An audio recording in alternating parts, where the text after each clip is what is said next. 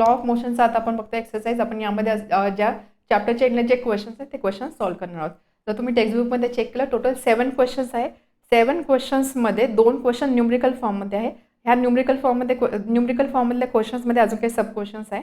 आता हे जे न्यूमरिकल फॉर्ममधले क्वेश्चन्स आहे किंवा जे काही न्यूमरिकल प्रॉब्लेम्स आहे ते सगळे आपण व्हाईट बोर्डवर डिटेलमध्ये सोडवणार आहोत.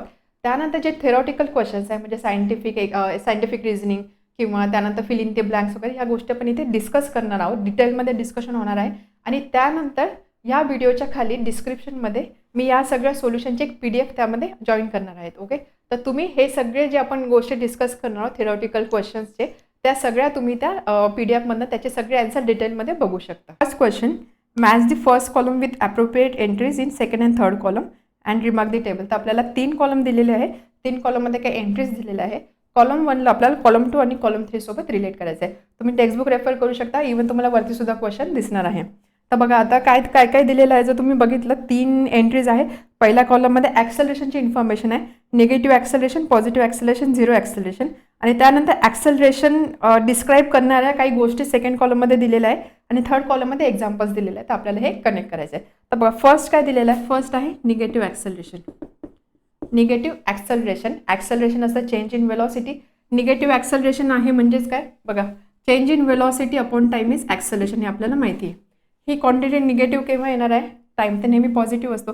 ही क्वांटिटी निगेटिव्ह केव्हा येईल, ज्यावेळेस न्यूमरेटर निगेटिव्ह असणार आहे. न्यूमरेटर निगेटिव्ह केव्हा येईल, ज्यावेळेस ही सेकंड टर्म पहिल्या टर्मपेक्षा मोठी असणार आहे.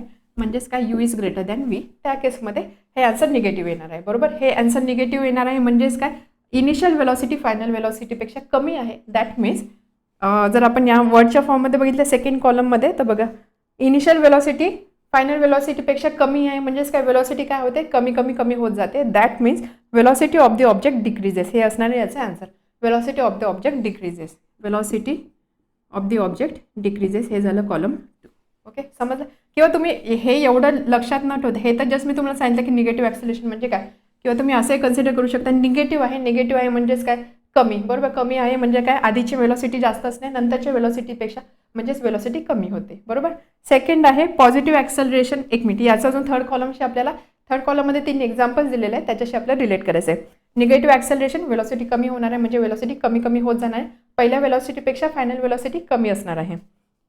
सो जर तुम्ही कॉलम 3 बघितलं त्यामध्ये vehicle moving with velocity 10 metre per second stops after 5 second. एक व्हेकल आहे ते 10 मीटर पर सेकंड ह्या वेलॉसिटीने चाललं आहे आणि त्यानंतर तो स्टॉप होतोय म्हणजे स्टॉप होणार आहे म्हणजेच काय वेलॉसिटी कमी होणार आहे. वेलॉसिटी कमी होणार आहे म्हणजे ते असणार आहे example of negative acceleration. Okay, त्यामुळे याचा आन्सर असणार आहे vehicle moving with 10 metre per second. ती जी एंट्री आहे ते असणार आहे याचं आन्सर. समजते. आता सेकंड आहे positive acceleration. Simple positive acceleration आहे. ॲक्सेलरेशन पॉझिटिव्ह आहे म्हणजेच व्ही मोठा पाहिजे यूपेक्षा म्हणजे फायनल वेलॉसिटी इनिशियल वेलॉसिटीपेक्षा जास्त पाहिजे. दॅट मीन्स वेलॉसिटी काय होते इन्क्रीज होते. पॉझिटिव्ह आहे ना, पॉझिटिव्हली ॲक्सेलरेट होते म्हणजे इथे काय असणार आहे वेलॉसिटी होणार आहे इन्क्रीज. पॉझिटिव्ह ॲक्सेलरेशन म्हणजे ज्यावेळेस आपण बाईकचं आपण ज्यावेळेस ॲक्सेलरेटर देतो बाईकला ॲक्सेलरेटर देतो त्यावेळेस काय होतं स्पीड वाढतोय. ओके, स्पीड वाढतोय म्हणजेच काय that is positive acceleration. So that is increase in velocity.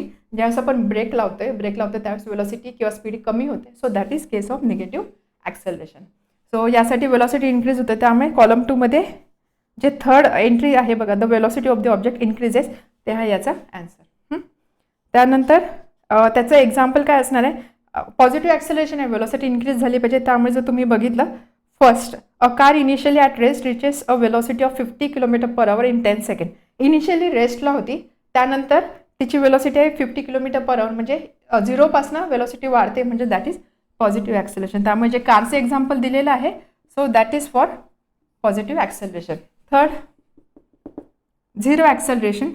Zero acceleration आहे म्हणजेच काय ही टर्म 0 आहे म्हणजेच काय न्यूमरेटर 0 आहे. न्यूमरेटर 0 म्हणजे u equal to v. That means velocity is constant. Velocity is constant. त्यामुळे यामध्ये कॉलम 2 मध्ये पहिली जी एंट्री आहे ना the velocity of the objects remain constant ते असणार आहे याच्यासाठीचे ॲप्रोप्रिएट एंट्री. आणि कॉलम 3 मध्ये a vehicle moving with a velocity of 25 metre per second. एकच वेलॉसिटी दिलेली आहे वेलॉसिटी चेंज होत नाही आहे. एक कॉन्स्टंट वेलॉसिटीला कार चालते किंवा व्हेकल चालते त्यामुळे हे असणार आहे झिरो ॲक्सेलरेशनची केस. 25 मीटर पर सेकंडची जी एंट्री आहे ते असणार याचा आन्सर. हे सगळे आन्सर तुम्हाला PDF मध्ये डिटेलमध्ये मिळणार आहे. ओके, आता next question, clarify the difference. आपल्याला डिफरन्स काय, डिफरन्स क्लॅरिफाय करायचा आहे. First is distance and displacement, second is uniform and non uniform motion. आता सिम्पल आहे, डिस्टन्स आणि डिस्प्लेसमेंट म्हणजे काय. डिस्टन्स आणि डिस्प्लेसमेंट आपण बघितलेला,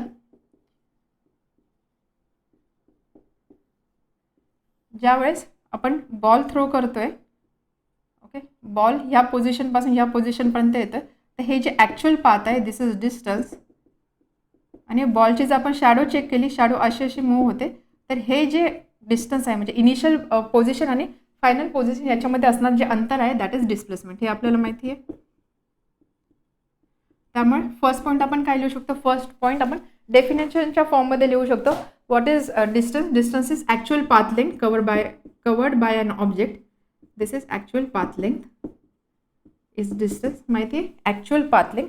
डिस्प्लेसमेंट, डिस्प्लेसमेंट म्हणजे काय असणार, दोन एंड पॉईंटमध्ये असणारा मिनिमम ऑर आपण अजून काय बोलू शकतो, मिनिमम डिस्टन्स किंवा shortest distance between two position किंवा टू एंड पॉईंट्स. ओके, त्यामुळे डिस्प्लेसमेंटमध्ये शॉर्टेस्ट और minimum distance between two end points, हा एक आपण डिफरन्सचा पॉईंट मेन्शन करू शकतो. त्यानंतर अनदर पॉईंट आपण काय मेन्शन करू शकतो, डिस्टन्स जे आहे, distance is always positive. Distance नेहमी पॉझिटिव्ह असेल. आपण असं कधी निगेटिव्ह डिस्टन्स बघतो का, निगेटिव्ह डिस्टन्स कधीच नसतं. Distance is always positive. Displacement it can be positive, it can be negative और it can be zero.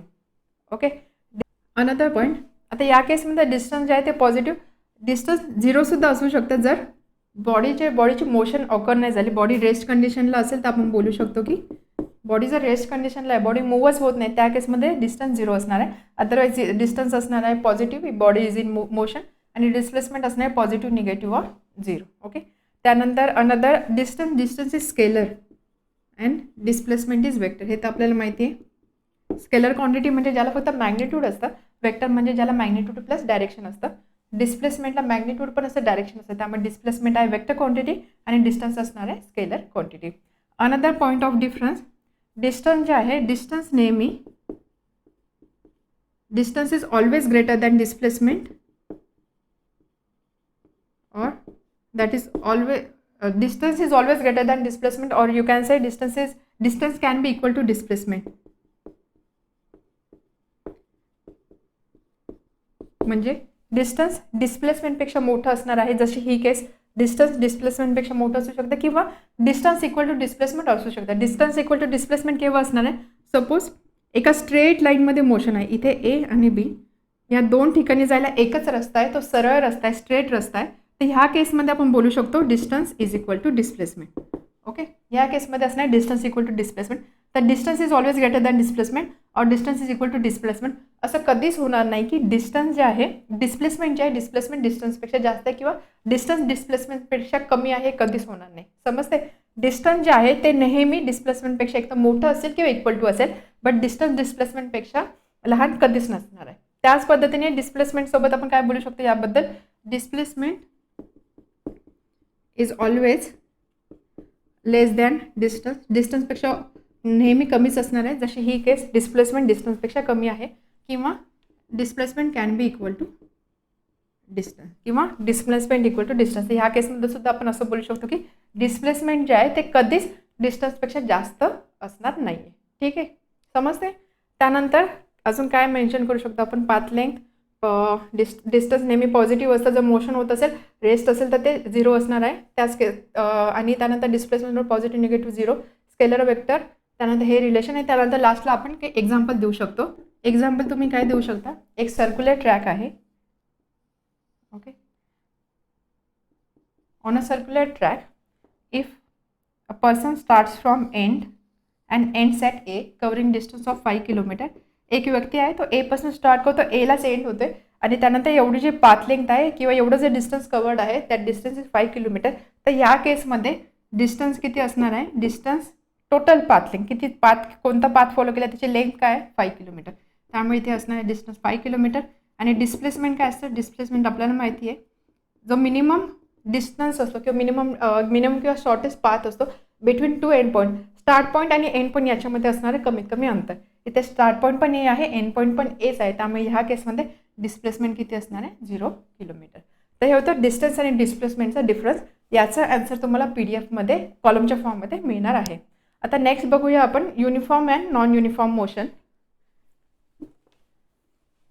Uniform and non uniform motion.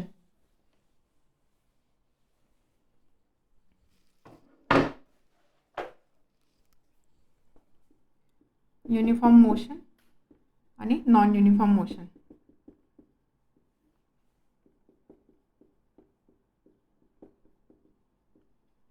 आपण बघितलं युनिफॉर्म मोशन म्हणजे काय, इक्वल डिस्टन्स इक्वल टाइम इंटरवलमध्ये कव्हर होत असेल then that is case of uniform motion. Okay, equal distance, a body covers equal distance in equal time intervals,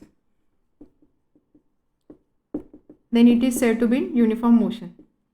त्याच पद्धतीने non uniform म्हणजे काय असणार, इक्वल जे आपल्याला लिहावं लागणार, अनइक्वल डिस्टन्स किंवा unequal distances in equal time interval, then body असणार आहे नॉन युनिफॉर्म मोशनमध्ये. इथे वर्ड आहे इक्वल, इथे सुद्धा आहे इक्वल, अनइक्वल आणि इक्वल. युनिफॉर्म नॉन युनिफॉर्म मोशनचं आपण लगेच एक्झाम्पल मेन्शन करू शकतो. इफ कोणतं एक्झाम्पल आहे, आपण हायवेवरती एका पर्टिक्युलर स्पीडनी जर मूव्ह होत असेल, कॉन्स्टंट स्पीड मूव्ह होत असेल, तर आपण इक्वल डिस्टन्स इक्वल टाइम इंटरवलमध्ये कव्हर करणार. So that is case of uniform motion और example of uniform motion. Non uniform motion म्हणजे सेम गाडी ज्यावेळेस ट्रॅफिकमध्ये जाणार आहे किंवा सिटी एरियामध्ये जाणार आहे त्यावेळेस अनइक्वल डिस्टन्स इक्वल टाइम इंटरवलमध्ये कव्हर होणार आहे. So that is example of non uniform motion. Example, if car is moving at 50 km/h on highway. आणि इथे एक्झाम्पल देऊ शकतो, if car is moving in a traffic,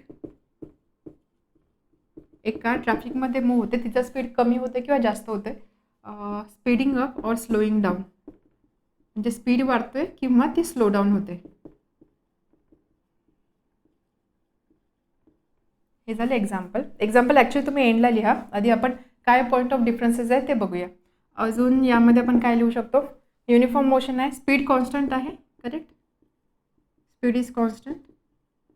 इथे speed is not constant, speed constant नाही आहे, obvious आहे, speed up होते slow down होते, स्पीड कॉन्स्टंट नाही आहे. त्यानंतर स्पीड कॉन्स्टंट आहे, एकाच दिशेला चाललेली आहे. वेलॉसिटी, वेलॉसिटी कॉन्स्टंट आहे किंवा वेलॉसिटी सेम आहे असं आपण बोलूया. युनिफॉर्म मोशनमध्ये वेलॉसिटी सेम असणार आहे. वेलॉसिटी सेम आहे, चेंज इन वेलॉसिटी काही होत नाही, म्हणजे इथे काय असणार आहे, ॲक्सेलरेशन 0. बरोबर, ॲक्सेलरेशन काय असणार आहे 0. या केसमध्ये वेलॉसिटी तर कॉन्स्टंट नाही आहे, वेलॉसिटी नॉट कॉन्स्टंट, कारण स्पीडच कॉन्स्टंट नाही आहे, इव्हन डायरेक्शनसुद्धा कॉन्स्टंट असेल आपल्याला माहिती नाही. So velocity is not constant आणि त्यामुळे इथे आपण बोलू शकतो there is acceleration, there is acceleration. ॲक्सेलरेशनमध्ये पॉझिटिव्ह असेल किंवा निगेटिव्ह असेल त्यांनी फरक नाही पडत, देअर इज ॲक्सेलरेशन. ओके, त्यानंतर अजून एक पॉईंट आपण असं मेन्शन करू शकतो, आपण जे ग्राफ्स बघितले डिस्टन्स टाईम ग्राफ, ओके, तुम्हाला आठवत असेल डिस्टन्स टाईम ग्राफ युनिफॉर्म मोशनसाठी आपण बघितलं, that is always a straight line.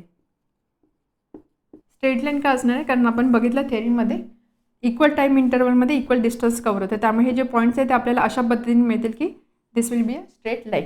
इकडे आपण लिहू शकतो DT graph is not a straight line, is not a straight line. ते कर्व असू शकते किंवा झिगझॅग पॅटर्न असू शकतो, but it's not a straight line. तर हा होता point of differences between uniform motion आणि नॉन युनिफॉर्म मोशन. हे जे एक्झाम्पल आहे, एक्झाम्पल तुम्ही एंडला लिहा. ओके, आता नेक्स्ट क्वेश्चन बघूया. थर्ड क्वेश्चन काय आहे, कंप्लीट द फॉलोइंग टेबल. तर आपल्याला टेबल कंप्लीट करायचं आहे. टेबल जर तुम्ही बघितलं तर सिम्पल आहे, जे आपण इक्वेशन ऑफ मोशन बघितले ना, 3 इक्वेशन ऑफ मोशन तेच दिलेले आहे आणि त्यानंतर आपल्याला त्यामधल्या काही व्हॅल्यूज दिलेल्या आहे, काही व्हॅल्यूज आपल्याला फाइंड आउट करायचे आहे. जसं बघा, पहिला इक्वेशन दिलेला आहे V = U + AT. ओके, आणि त्यानंतर इन्फॉर्मेशन काय दिली, U = 2 m/s, then A = 4 m/s², T = 3 second. Simple आहे. आपल्याला काय करायचं आहे, ऑलरेडी त्यांनी आपल्याला फॉर्म्युला दिलेला आहे, आपल्याला फक्त ह्या व्हॅल्यूज फॉर्म्युल्यामध्ये पुट करायच्या. त्याच पद्धतीने सेकंड पण आपण लिहून घेऊ. सेकंड यू फाइंड आउट करायचं आहे आपल्याला. इथे आपल्याला काय, इथे आपल्याला व्ही फाइंड करायचं आहे, व्हीची व्हॅल्यू किती आहे. सेकंडमध्ये यू फाइंड आउट करायचं आहे. ए दिलेला आहे 5 metre per second square, t is equal to 2 second आणि व्ही दिलेला आहे 20 मीटर पर सेकंड. तर इथे आपल्याला काय करावं लागेल, फक्त फॉर्म्युलामध्ये व्हॅल्यू पुट करायचे आहे. So therefore v is equal to u plus 80, u is 2, a is 4, t is 3. Units बघून घ्या एकदा, metre per second square second, त्यामुळे युनिट्स एकाच सिस्टीममधले आहे, त्यामुळे आपल्याला काही कन्वर्जन करण्याची गरज नाही आहे. सो 2 + 12 14 वेलॉसिटी आहे, युनिट असणार आहे metre per second square. Then second v is equal to u plus 80 and v दिलेला आहे 20, यू फाइंड आउट करायचा आहे. Acceleration 5 time 2, 20 is equal to u plus 10. Therefore, u is equal to 20 minus 10, that is equal to 10, and hence u is equal to 10 meter per second. Velocity आहे, हे सुद्धा velocity आहे ना, sorry, this is 14 metre per second. Okay, acceleration unit असेल metre per second square. आपण velocity find केलेला आहे, velocity आहे 14 मीटर पर सेकंड आणि फायनल वेलॉसिटी ह्या केसमध्ये 14 मीटर पर सेकंड, ह्या केसमध्ये initial velocity 10 metre per second. आता सेकंड बघूया. सेकंड आहे सेकंड लॉ ऑफ मोशनवर आधारित question. Second law of motion आहे S equal to UT plus half AT square. आपल्याला फाइंड करायचे आहे. पहिल्या केसमध्ये एस फाइंड करायचा आहे. UAT तिन्ही व्हॅल्यू आपल्याला दिलेलं आहे. Even युनिटसुद्धा metre per second square second, त्यामुळे युनिट कन्वर्जनची सुद्धा गरज नाही आहे. सिम्पली फॉर्म्युलामध्ये व्हॅल्यूज पुट करा. U5 T3 plus half A12 आणि T आहे 3 स्क्वेअर दॅट इज 9. 15 प्लस 54 ही सम असणार आहे 69. डिस्प्लेसमेंट आहे एस आहे, त्यामुळे युनिट असणार आहे मीटर, 69 मीटर. त्यानंतर यासाठी UAT आणि एस दिलेला आहे, सॉरी UT आणि एस दिलेला आहे. एच व्हॅल्यू फाइंड आउट करायची, ॲक्सेलरेशन फाइंड करायचं आहे. S equal to UT plus half AT square. Therefore 92 is equal to 7 × 4 plus half. A find करायचा आहे, टाईम आहे 4. 28 प्लस हे किती असणार आहे 16/8A 92. 92 minus 28 is equal to 8A and therefore 8A is equal to, याची आपल्याला सबट्रॅक्शन करायची आहे, equal to 92 minus 28 64 and therefore A equal to 64/8 that is equal to A acceleration आहे, त्यामुळे याचं युनिट असणार मीटर पर सेकंड स्क्वेअर.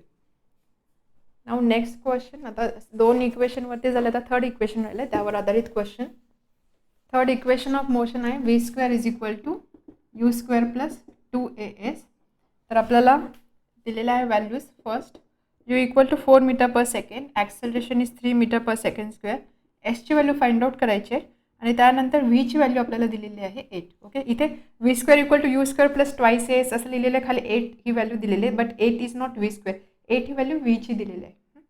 आता यामध्ये आपल्याला काय फाइंड करायचं आहे, एसची व्हॅल्यू फाइंड करायची आहे. व्ही यू आणि ए आहे, त्यामुळे आपण फॉर्म्युल्यामध्ये फक्त व्हॅल्यूज पुट करणार आहोत. 8 square is equal to 4 square plus 2 × A × S. 64 is equal to 16 plus 6S. 64 minus 16 is equal to 6S. Therefore 6S is equal to 64 minus 16 हे असणार आहे 48. Okay, and therefore S equal to 8 48/6 8 distance आहे, so distance असणार आहे मीटरमध्ये. So S is equal to 8 metre. हे झालं याचा आन्सर. नाऊ नेक्स्ट आहे काय दिलेलं आपल्याला सेकंडसाठी. यूची व्हॅल्यू फाइंड आउट करायची आहे. एची व्हॅल्यू दिली आहे 5 मीटर पर सेकंड स्क्वेअर. त्यानंतर एस दिलेला आहे 8.4 आणि व्हीची व्हॅल्यू दिलेली आहे 10. यू फाइंड करायचा आहे. VAAची व्हॅल्यू दिलेली आहे, त्यामुळे यासाठी आन्सर असणार आहे. फॉर्म्युला लिहायचं, इक्वेशन लिहायचं, त्यामध्ये व्हॅल्यूज पुट करायच्या. 10 square is equal to you square plus 2 × A × S. 100 is equal to you square plus 5 into 2 10, 10 into 8.4 84, u square is equal to 100 minus 84, and therefore u square is equal to, हा difference असणार आहे 16, and hence u is equal to 4 meter. Velocity आहे त्यामुळे 4 meter per second. ही झाली u ची value. Now fourth question, complete the sentences and explain them. तर आपल्याला sentence complete करायचं आहे. First, a minimum distance between start and finish point of the motion of an object. एक object मोशनमध्ये आहे, त्याचा start point आणि finish point, म्हणजे start point आणि एंड पॉईंट असं दिलेलं आहे, स्टार्ट पॉईंट आणि finish point. So the minimum distance between start point and finish points of motion of an object is called as dash dash dash of the object. तर start point आणि finish point याच्यामध्ये असणारं हे जे minimum distance असणार याला काय बोलतात आपल्याला लिहायचं आहे. तर आपल्याला माहिती आहे की एखादा ऑब्जेक्ट ज्यावेळेस मोशनमध्ये असतो त्यावेळेस त्याचा स्टार्ट पॉईंट आणि एंड पॉईंट किंवा स्टार्ट पॉईंट आणि फिनिश पॉईंट यामध्ये असणारं मिनिमम जे डिस्टन्स असतं त्याला आपण बोलतो डिस्प्लेसमेंट. त्यामुळे फर्स्टचा आन्सर काय असणार, fill in the blanks, displacement. Simple आहे. Second, deceleration is dash dash acceleration. तर आपण जे पॉझिटिव्ह निगेटिव्ह झिरो ॲक्सेलरेशन जे आपण शिकलो त्यामध्ये एक शब्द मेन्शन करण्याचं राहिला, एक टर्म एक्सप्लेन करण्याची राहिली, त्याला बोलतात डिसेलरेशन. डिसेलरेशन. तर ज्यावेळेस ॲक्सेलरेशन निगेटिव्ह असतं ना, निगेटिव्ह ॲक्सेलरेशन, त्याला आपण बोलतो डिसेलरेशन. ओके. त्यामुळे इथे असणार आहे deceleration is dash dash acceleration. तुम्ही लिहिना डिसेलरेशन इज निगेटिव्ह ॲक्सेलरेशन. त्यामुळे त्याचा आन्सर काय आहे, निगेटिव्ह. हा शब्द लक्षात राहू द्या, deceleration. Third, C, when an object is in uniform circular motion its dash dash dash changes at every point of time. तर एखादा ऑब्जेक्ट ज्यावेळेस युनिफॉर्म सर्क्युलर मोशनमध्ये असतो तर तुमच्या लगेच डोळ्यासमोर कोणतं एक्झाम्पल आलं पाहिजे, युनिफॉर्म सर्क्युलर मोशन म्हणजे घड्याळाचा जो सेकंड हँड असतो, घड्याळाचा जो काटा असतो तो आला पाहिजे. सो काय सांगितलं की एखादा ऑब्जेक्ट म्हणजे लेट्स से या घड्याळाच्या काटाचा आपण हा टिप कन्सिडर केला. So this is in uniform circular motion it's dash dash changes at every point. प्रत्येक पॉईंटला काय चेंज होते तर यामध्ये तुम्ही लिहू शकता. इथे काय होतं, डायरेक्शन चेंज होते, इथे असणार आहे, इथे असणार आहे, इथे असणार आहे, डायरेक्शन चेंज होते आणि त्यामुळे काय चेंज होते, वेलॉसिटी. बरोबर. आपल्याला माहिती वेलॉसिटी म्हणजे काय असते, speed with direction. Direction change होते त्यामुळे वेलॉसिटीसुद्धा चेंज होणार आहे. त्यामुळे याचा आन्सर आहे velocity. Next, during collision dash dash remains constant. आपल्याला माहिती आहे आपण law of conservation of momentum शिकलो, त्यामध्ये आपण बघितलेलं की कोलिजनमध्ये मोमेंटम कॉन्स्टंट राहतो. त्यामुळे याचा आन्सर असणार आहे during collision momentum remains constant. Next, working of rocket depends on Newton's dash dash law of motion. Working of rocket action reaction force, त्यामुळे इथे आन्सर असणार आहे थर्ड लॉ ऑफ मोशन. त्यामुळे डिस्प्लेसमेंट नंतर निगेटिव्ह, इथे थर्डचा आहे सीचा आहे वेलॉसिटी किंवा डायरेक्शन पण तुम्ही बोलू शकता. डीचा आहे मोमेंटम आणि लास्ट जे आहे ते आहे Newton's third law of motion. हे होते fill in the blanks. Okay. नाव नेक्स्ट क्वेश्चन नंबर 5.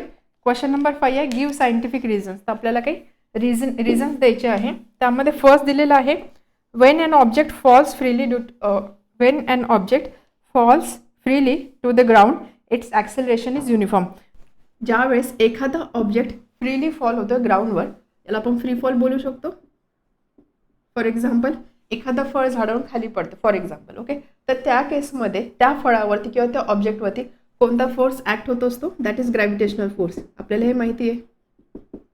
तर ऑब्जेक्टवर कोणता फोर्स ॲक्ट होतो, gravitational force provided air resistance वगैरे आपण निग्लेक्ट केले. Air resistance is negligible.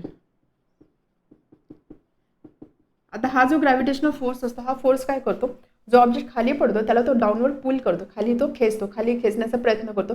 त्यामुळे तो ऑब्जेक्ट ॲक्सेलरेट होतो आणि हे ॲक्सेलरेशन जे असतं त्याला आपण बोलतो ॲक्सेलरेशन ड्यू टू ग्रॅव्हिटी. हे सुद्धा आपल्याला माहिती आहे, acceleration due to gravity.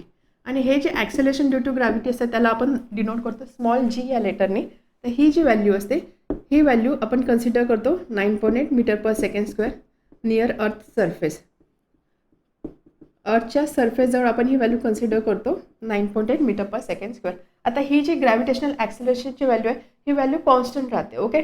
This value g is constant. जी कॉन्स्टंट आहे म्हणजेच काय, ॲक्सेलरेशन चेंज होत नाही आहे, ॲक्सेलरेशन कॉन्स्टंट राहतं. याचाच अर्थ काय, हा जो ऑब्जेक्ट आहे हा ऑब्जेक्ट जो ॲक्सेलरेशन एक्सपिरियन्स करतो दॅट ॲक्सेलरेशन इज युनिफॉर्म. म्हणून आपण बोलू शकतो when an object falls freely to the ground its acceleration is uniform. Okay. Simple आहे. रिझन काय, बेसिक रिझन काय आहे की ज्यावेळेस एखादा ऑब्जेक्ट खाली पडतो फ्री फॉर्ममध्ये असतो त्याच्यावरती ॲक्सेलरेशन जे ॲक्ट होणार असतं that is because of gravity, acceleration to gravity. त्याची व्हॅल्यू असेल 9.8 metre per second square near earth surface. अर्थच्या सरफेसजवळ ही व्हॅल्यू एवढी असेल 9.8 मीटर पर सेकंड स्क्वेअर. ही व्हॅल्यू चेंज होत नाही. ॲक्सेलरेशन कॉन्स्टंट होतो, ॲक्सेलरेशन चेंज होते. म्हणजेच काय, तर ऑब्जेक्ट जे काही ॲक्सेलरेशन फील करतो that is uniform acceleration. Discuss केलेलं आहे की त्यांनी काय सांगितलं की ॲक्शन रिॲक्शन फोर्सेस इक्वल असतात, equal in magnitude opposite direction असतात, मग ते कॅन्सल का होत नाही हे आपण बघितलेलं की दोन फोर्सेस ज्यावेळेस कॅन्सल होणार असतात त्या केसमध्ये ते फोर्सेस एकाच ऑब्जेक्टवरती ॲक्ट होतात. हा सपोज एक ऑब्जेक्ट आहे, इथे जर 5 न्यूटन फोर्स आहे, या साईडला 5 न्यूटन फोर्स आहे.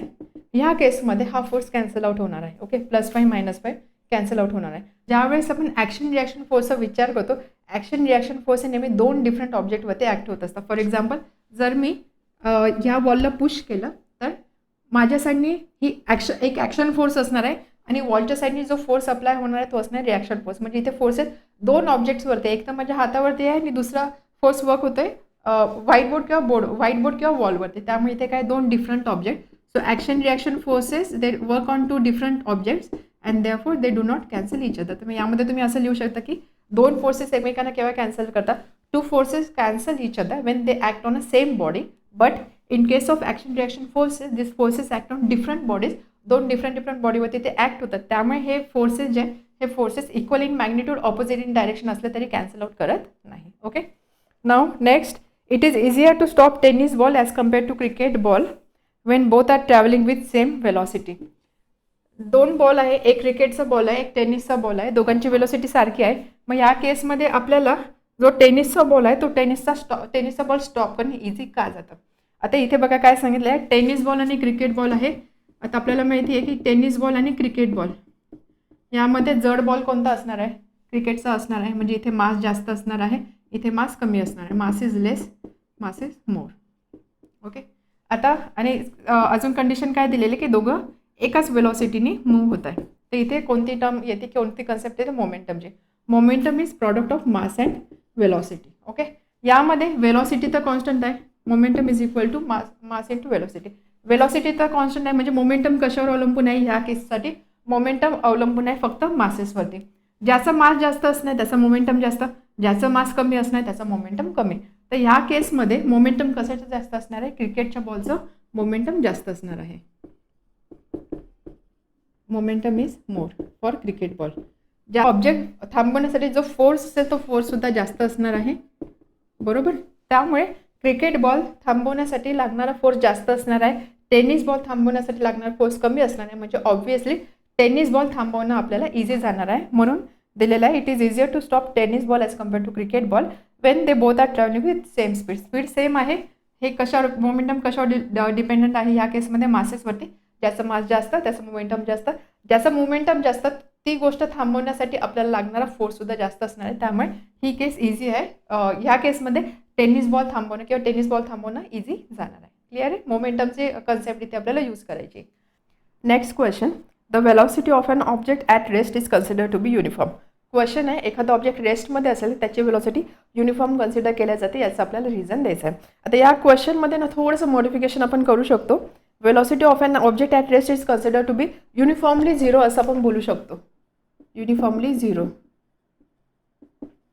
हे असं का सांगते मी, कारण बघा स्टेटमेंट काय आहे की velocity of an object at rest is consider to be uniform. म्हणजे एखादा ऑब्जेक्ट जर रेस्टला असेल तर त्याची वेलॉसिटी युनिफॉर्म वेलॉसिटी आहे असं कन्सिडर केलं जाते, याचं आपल्याला रिझन द्यायचं आहे. बट जर तुम्ही युनिफॉर्म वेलॉसिटीची डेफिनेशन जर बघितली तर युनिफॉर्म वेलॉसिटी म्हणजे काय, एखादा object equal distance equal time इंटरवलमध्ये जर कव्हर करत असेल तर त्याला आपण बोलतो युनिफॉर्म वेलॉसिटी. किंवा कॉन्स्टंट स्पीडने एका डायरेक्शनमध्ये एखादा ऑब्जेक्ट मूव्ह होत असेल त्याला आपण बोलतो युनिफॉर्म वेलॉसिटी. बट आता हा जो ऑब्जेक्ट आहे, ऑब्जेक्ट हा रेस्ट कंडिशनमध्ये आहे, object is not moving, object मूव्हच होत नाही आहे, तर इथे युनिफॉर्म वेलॉसिटी ही टर्म कशी आपण रिलेट करू शकतो. म्हणून मी बोलले की आपण क्वेश्चन थोडा मॉडिफाय करू. क्वेश्चन आपण असं बोलू शकतो की the velocity of an object at rest is consider to be uniformly zero or constant.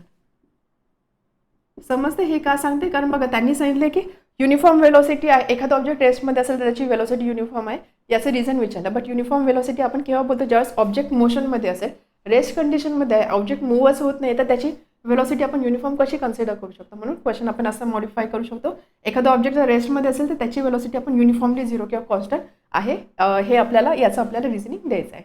ठीक आहे.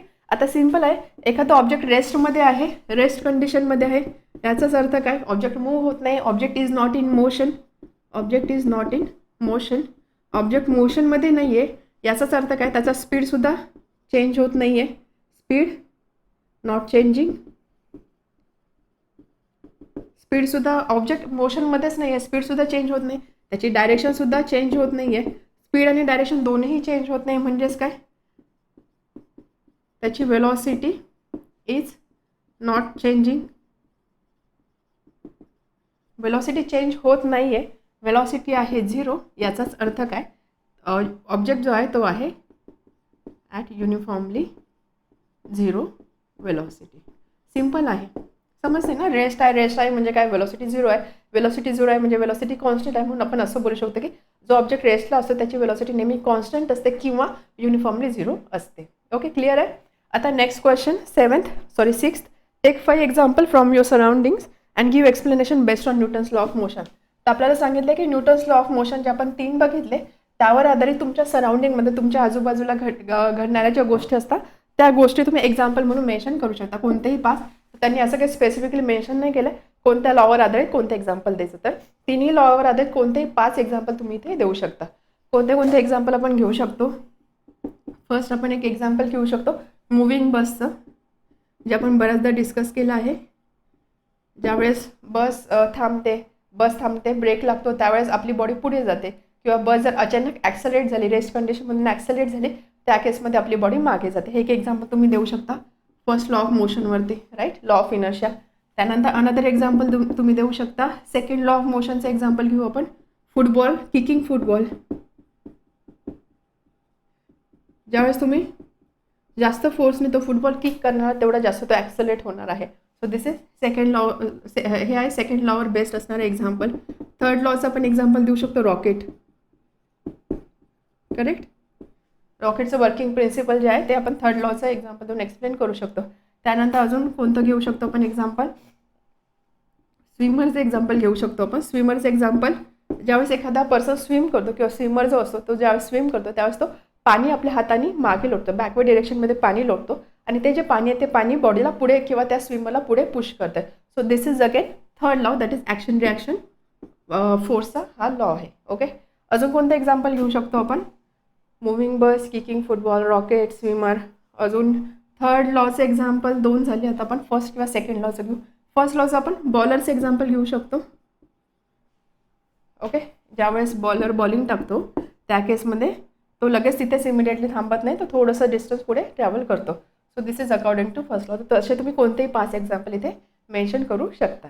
क्वेश्चनमध्ये फर्स्ट आहे, and object moves 18 metre in the first 3 second. एक ऑब्जेक्ट आहे तो पहिल्या 3 सेकंदामध्ये, सपोज 3 सेकंडमध्ये तो कवर करतो 18 मीटर एवढं distance.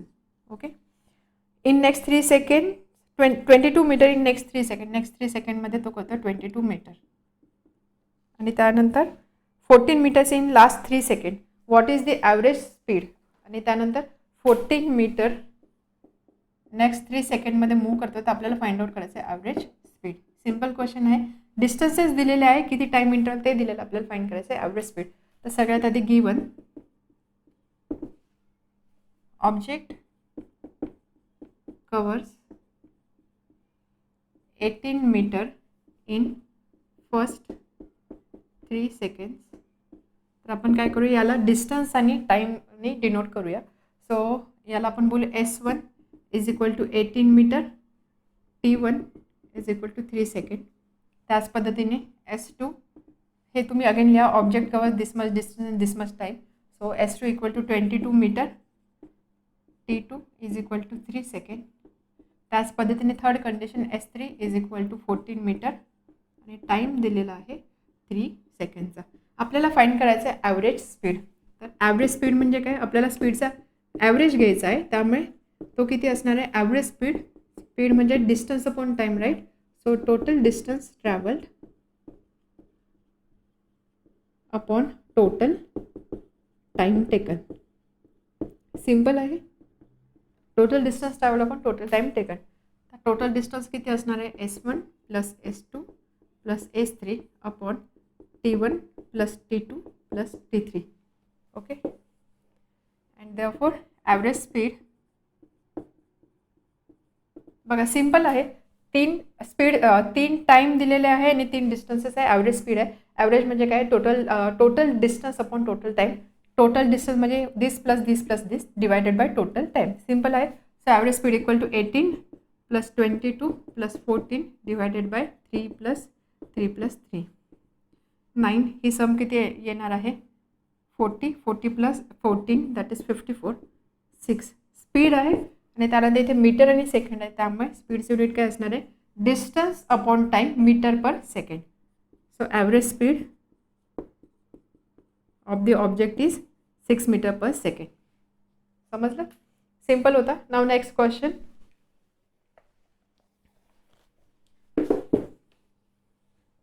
An object of mass 16 kg is moving with an acceleration of 3 meter per second square. एक ऑब्जेक्ट आहे, त्याचा मास दिलेला आहे आणि तो कोणत्या ॲक्सेलरेशनने मूव्ह होते ती व्हॅल्यू सुद्धा दिलेली आहे. So given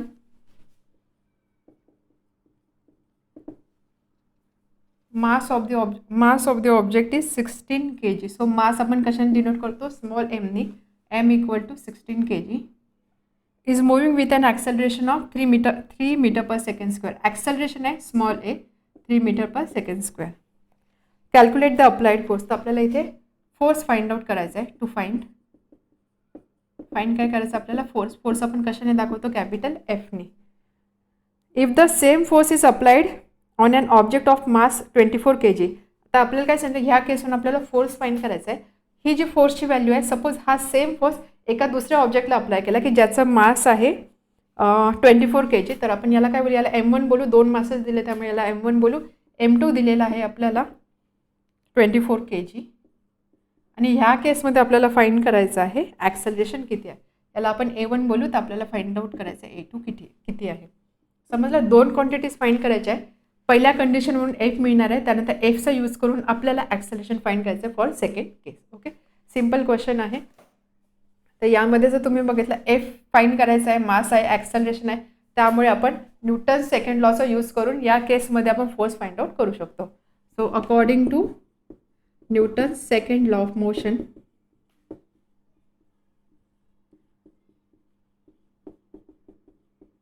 F is equal to ma. Correct.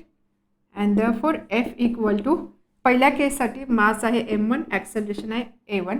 And therefore F is equal to 16 × 3 48. Force आहे, फोर्सला आपण कोणता युनिट यूज करतो, newton. So F equal to 48 newton. हे झालं पहिलाच आन्सर. आता काय सांगितलं, हाच फोर्स आपल्याला दुसऱ्या ऑब्जेक्टवर अप्लाय करायचा आहे ज्याचा मास आहे 24 kg आणि त्या केसमध्ये किती ॲक्सेलरेशन होणार ते आपल्याला फाइंड आउट करायचं आहे.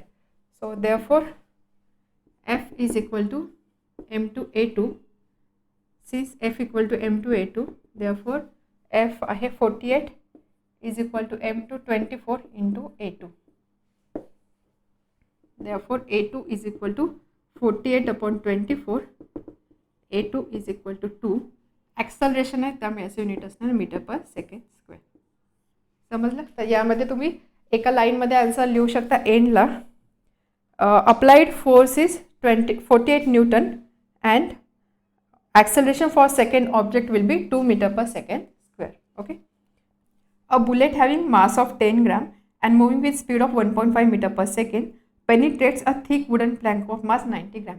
एक बुलेट आहे, तिचा मास दिलेला आहे, तिचं वेलॉसिटी दिलेली आहे. आता ही जी बुलेट आहे एका थिक वुडन प्लँकमध्ये पेनिट्रेट होते. वुडन प्लँक म्हणजे काय, लाकडाची फळी. एका लाकडाच्या फळीमध्ये ती घुसते. ओके, इथपर्यंत समजलं.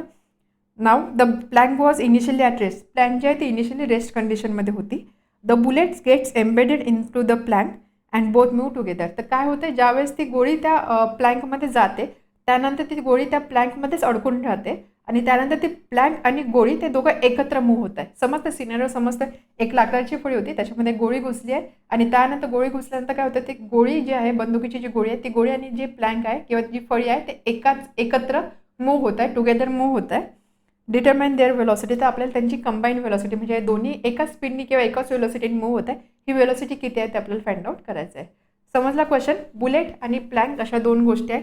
बुलेटची वेलॉसिटी, इनिशियल वेलॉसिटी आणि मास दिलेला आहे. प्लँकसुद्धा इनिशियली रेस्टला होता म्हणजे इनिशियल वेलॉसिटी त्याची 0 असणार आहे.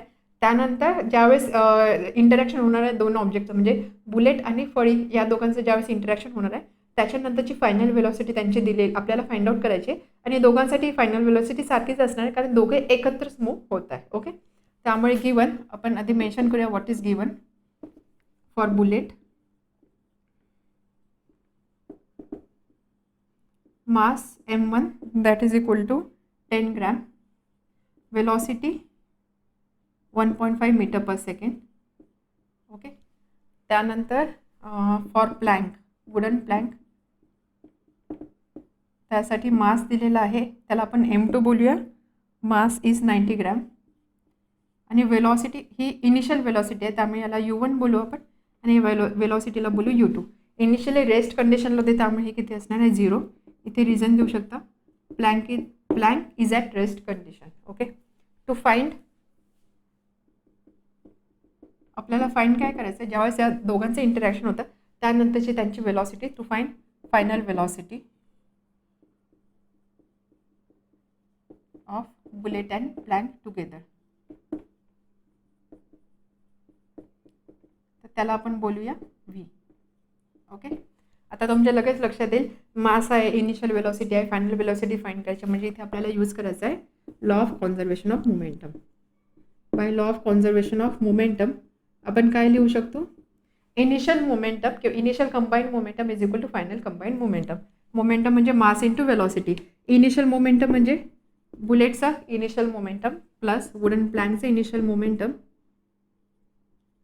त्यानंतर फायनल मोमेंटम म्हणजे bullet m1 v1 plus m2 v2. Bullet आणि प्लँकचं फायनल मोमेंटमचे ॲडिशन.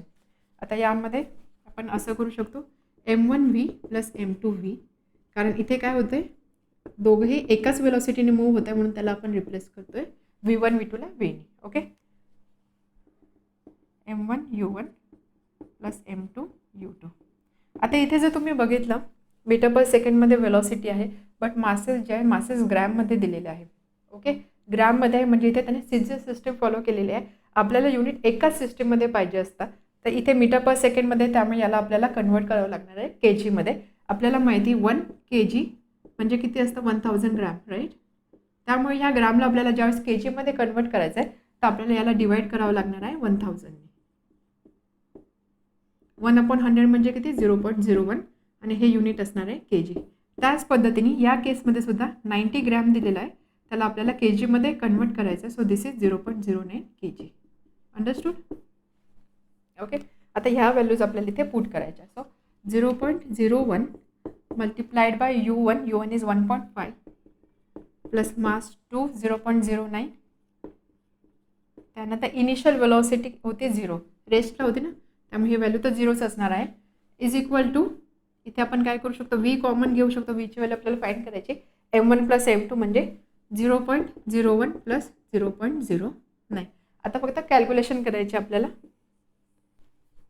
हा प्रॉडक्ट 0.1 इंटू 15 तो असणार 0.015 प्लस 0 इज इक्वल टू हा प्रॉडक्ट 0 असणार is equal to v into 0.09 plus 0.01 so that is 0.10.